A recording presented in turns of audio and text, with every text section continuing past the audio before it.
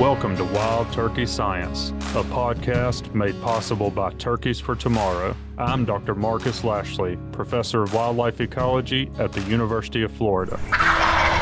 And I'm Dr. Will Goolsby, Professor of Wildlife Ecology and Management at Auburn University. We're both lifelong hunters and devoted scientists who are passionate about hunting, managing, and researching wild turkeys. In this podcast, we'll explore turkey research, speak to the experts in the field, and address the difficult questions related to wild turkey ecology and management.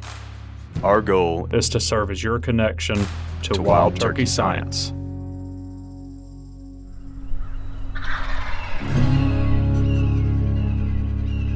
This is one of the things we wanted to drill down on in our introductory episode is who are we, why are we here, what is the objective of this podcast? Mm-hmm.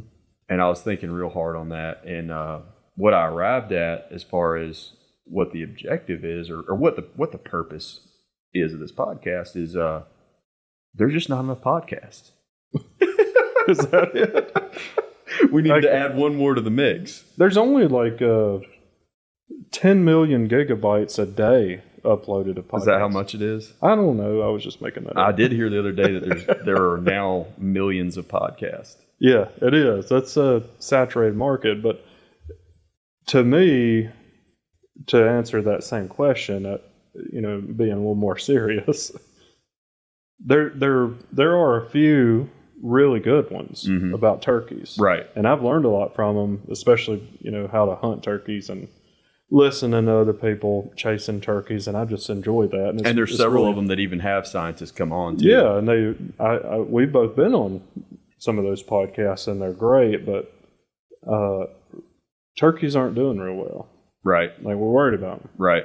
And this, for me, was an opportunity for us as scientists who were trained not only to go out and turkey hunt. I love doing that. I know you do. But we're also trained to dig up science. To think scientifically. Yeah. To create new knowledge from science, to interpret the science that others have created. There have been a lot of people work on turkeys for a long time. Mm-hmm. So there's a lot of information out there, and it's not extremely accessible, particularly on this species. Yeah, and so I think one of the things that the current turkey-centric podcasts have to struggle with is they have multiple competing objectives. They're trying to cover the hunting and the techniques and the stories of the hunt that everybody want to hear, that I'm always interested to hear too. And then intermittently they're injecting, a scientist coming in talking about their latest research. Mm-hmm. And of course, that's what everybody wants to hear about is what's on the cutting edge. What are you doing right now? What are you seeing? That's what they always want to talk about. Yeah. And that's great. But the problem with it is that they don't have that time to go back and sort through the volumes of information that we already have on turkeys. So that's kind of one of those things that we want to try to address. Yeah. And so we're both trained really well and very interested. I mean, I dig around in that stuff for fun. Mm-hmm. I also happen to get paid to do that. So that's nice too. But there's a world of information already there that's not very accessible, especially to people who aren't affiliated with a university where we have access to some of those things. But the other thing that you said is a lot of people want to know what's going on right now, and they're getting, teasers of that, I guess, from people going on. But I bet a lot of the listeners don't even know what's going on in their own state right now. Sure.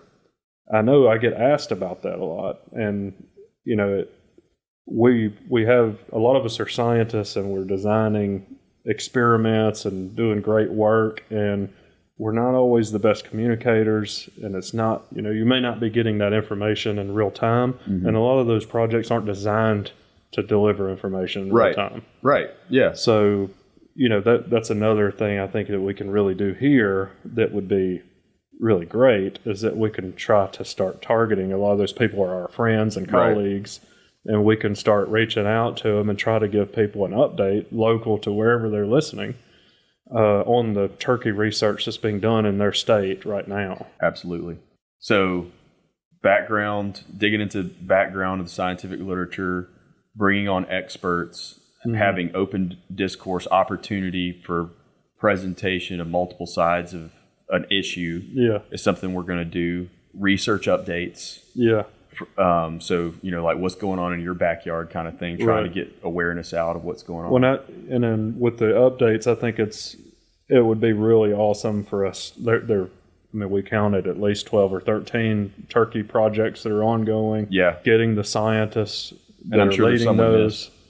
The other thing is we have state agency personnel, turkey project leaders, a lot of those people we know, and they can give us a good idea of the problems in the state or, what the status is in the state. So we could be giving you updates either way. Sure. And I think one thing we haven't mentioned, but I feel particularly strong about, we'll see if you agree with me on this. I really think, we want people to listen to this and take home something that's going to help you make more turkeys. Right. Make better decisions. And some of that is not going to be obvious to us what it is that you need and want to listen to.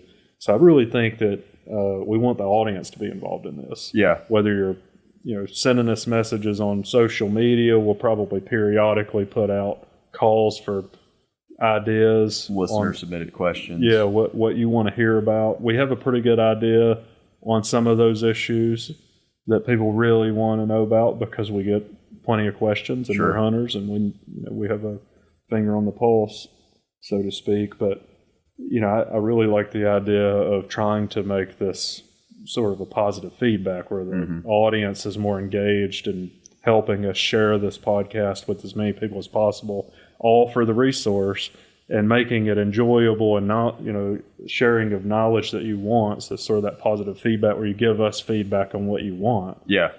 So that we can cover it, and then hopefully that'll make it relevant. Make it relevant, make it really successful. Ultimately, the more people listening to this and the more that we get knowledgeable about the resource, hopefully the better we can collectively manage it. And that's what it's going to take at the landscape scale to start, really moving the needle in these populations. Yeah, and I think one of the things that other researchers have highlighted is giving sometimes the necessity of giving state agencies license to make decisions to protect populations of turkeys that they think are having problems. And some of this information, I think, could go towards that by helping people that are interested in managing and hunting turkeys, why states may be thinking that the way that they are, and hopefully build some of that support and rapport and give them the license to do what they need to do and evaluate how effective that is, hopefully, and then adapt if necessary to those changes going forward longer term. I think it's really important, and I know I'm pretty excited about this. I don't even know what to expect, but I know you and I both. There are a lot of people out there wanting to hear some science about turkeys, right? And I'm pretty excited about that because that's why we're here. Yeah, I grew up loving hunting and fishing, and I got into this because of that passion, and I genuinely want there to be more turkeys. Absolutely. Yeah. Even if I don't have access to them. Yeah. I just need that to be. Yeah. And if I can help with that, and that's why I'm excited, because I know there are people sitting there. Right. If you're one of those people, help us share this thing. We want it to be successful. We want TFT to stay interested and involved. That's their mission, is to disseminate information. That's why they, were interested in helping us do this. And the more people we can get engaged, the better we can do that. And to provide a little bit of backstory on how this kind of all got started, you and I were talking about it for a while. You were trying to rope me into it, and I was being non-committal. But, it really started to grow legs and gain some momentum. And we knew that we were going to need some funding because... That's the same thing turkeys do. They grow legs and then they gain them. Right. And so, as it started to kind of evolve, we knew we were going to need some funding because you and I, with our normal job duties, we don't have the time to do all the production and editing and everything that goes into something like this. And so we need funding to have that support in place. And as soon as we mentioned it to TFT, those guys, I was talking to, Chase Grubbs about it and Ron Jolly about it. and they had already purchased some podcasting equipment because they had planned to start their own podcast. Yeah. And as soon as we mentioned this to them, they weren't really sure what direction that they were going to go yet, because like we were talking about at the beginning of this, the market's saturated with podcasts, and even like within the turkey niche, there's a lot of podcasts there. A lot of really good ones. Exactly. And so they weren't quite sure yet exactly where theirs was going to fit in, or direction that it was going to take. And we already had this concept developed, and as soon as we shared it with them, they got really excited about it. Yeah. Yeah. I was kind of blown away, honestly. I didn't expect them to immediately be like, yep, this is it. This is what we need to do. They genuinely, they're for turkeys. Right. So I think it was a matter of a couple weeks. They had a board meeting and presented the packet that we put together with our concept for the podcast to the board. And my understanding is it was unanimously approved. Yeah. So, that was really great, and I think it shows a lot about the organization, where their heart is. And they legitimately are trying to help turkeys. Yeah. And they're showing that in a lot of ways, which I think is really cool, and it's awesome that they're wanting to support this effort. Yeah, and I mean, it's no secret that I've got a big research project partially funded by them right now. They were one of the big co-funders that was important in getting it off the ground, along with the Alabama Wildlife Federation. And throughout that entire process, anyone that's come to the table and wanted to help out or participate in that research, they're not being territorial. Yeah, they're saying this is going to take all hands on deck. So I think the critical mass is there right now, and Turkeys for Tomorrow has been gaining momentum and making waves already. They're funding some work with me in Alabama. They're funding some work with Mike Chamberlain now. I think that's in Kentucky. They're funding some work with researchers at Mississippi State, in the state of Mississippi, some genetic work over there. So, when you consider that this is an organization that's only, I think they're a little over a year old now, maybe a year and a half old. That's incredible. And they've got all that going on, direct on the ground research being funded, a podcast being funded that's based on turkey science. Yeah. It's pretty impressive. It is. It really is. I didn't even realize they were that young. I was trying to think of how old. I know you've worked with them much more closely than I have, and only recently, especially with the podcast, have I been involved at all. But yeah, it's pretty incredible how much ground they've made in such a quick time. Yeah, Carter Weeks, who I believe now is one of their board members, he's local here to the Auburn area, and he contacted me. I think it was right around Easter. It may have even been Easter weekend of 2020, and said, "Hey, we're looking to we're a new organization. We're looking at getting some things off the ground, research related. Try to figure out, what is going on with turkey populations." And that developed into my research project. That was the first funding from them came in late 21. We started rolling things out on the ground, catching turkeys, putting out gobble recording units, all that stuff in conjunction. Mike Chamberlain's working with us on that project too. And that was in, early 2022. So, I mean, it's all happened fast. Yeah. Really, really awesome. Obviously I've been really focused on habitat stuff, and I've known your work really well, and I'm sure that we've probably been reviewers on each other's papers. I know I have been on some of yours before, but I try to be as critical as possible on yours. Yeah, well, I appreciate that. You're reviewer number 2, huh? Yeah. Yep. So, yeah, but we both have that strength, I guess, that or that focus area that we're really into habitat management and how to really move the needle on that. And I think that's one of the important reasons for us to try to branch out and use our connections to get the people who work on other types of things. Yeah, I mean, bringing in the people that do more of the population dynamics, the disease work, the behavior, reproductive ecology, disease, all that stuff. Yeah. So, I mean, I think that's one thing that I would like to be clear about up front is that I have a habitat bias. Yeah. And you heard it from the man himself first. Aldo Leopold said, if a habitat can't support game, it's not game habitat. Yeah. I mean, he said he had a predator aspect in there too, but in general, habitat is the foundation upon which everything else rests. That's right. Like I said, I'm biased. But it's true. Like you can't get around it. Right. If turkeys don't have anything to eat, it doesn't matter if they're predators. I mean, it's just like if that's you have to have the habitat to support large populations before you can support big populations. And I don't want to get too much in the weeds on this because I know we're planning on an upcoming episode that's going to relate to all this. One of our first ones, but good habitat can offset a lot of negative limiting factors on turkey populations. It's affecting everything all at once. Yes, you're affecting how vulnerable are they to different things, predators. The good habitat makes a population resilient. Right.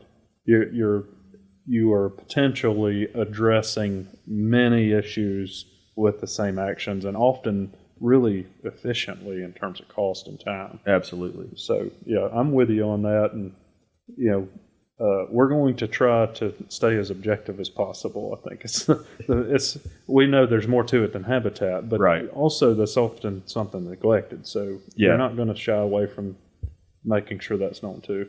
Absolutely. So, well, I think we've rambled on plenty about us. I did want to ask you one closing question about you. Okay. What's your favorite color?